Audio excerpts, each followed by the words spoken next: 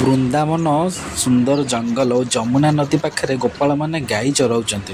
ସେମାନଙ୍କର ସାଙ୍ଗରେ କୃଷ୍ଣ ମଧ୍ୟ ଥିଲେ। ସେ ତାଙ୍କ ସାଙ୍ଗମାନଙ୍କ ସହ ଖେଳୁଥିଲେ। ବଂଶୀର ମଧୁର ସ୍ୱର ହିଁ କରୁଥିଲେ। ମଥୁରାର ରାଜା କଂସ କୃଷ୍ଣଙ୍କୁ ମାରିବା ପାଇଁ ବହୁ ଚେଷ୍ଟା କରୁଥିଲେ।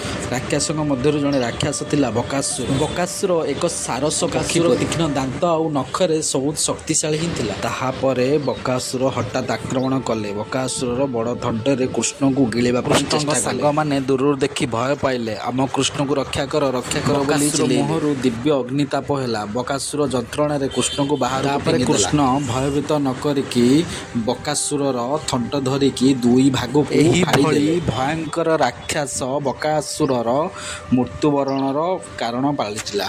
ଭୟଙ୍କର ରାକ୍ଷସ ବକାସୁର ଭୂମି ତଳେ ପଡ଼ି ରହିଲା। ଗୋପାଳମାନେ ଖୁସି ହେଲେ ଓ କୃଷ୍ଣଙ୍କୁ ଆଲିଙ୍ଗନ କଲେ। ସେମାନେ କହିଲେ, କୃଷ୍ଣ ତୁମେ ଆମକୁ ସବୁବେଳେ ରକ୍ଷା କରୁଛ। ଦେବତାମାନେ ଫୁଲ ବର୍ଷା କଲେ। କୃଷ୍ଣ ଭଗବାନଙ୍କ ଷ୍ଟୋରି ଦେଖିବା ପାଇଁ ଚ୍ୟାନେଲକୁ ଲାଇକ୍ କରନ୍ତୁ ଆଉ ସବସ୍କ୍ରାଇବ୍ କରିଦିଅନ୍ତୁ। କମେଣ୍ଟରେ ପ୍ୟାରା ଆଶା କମେଣ୍ଟ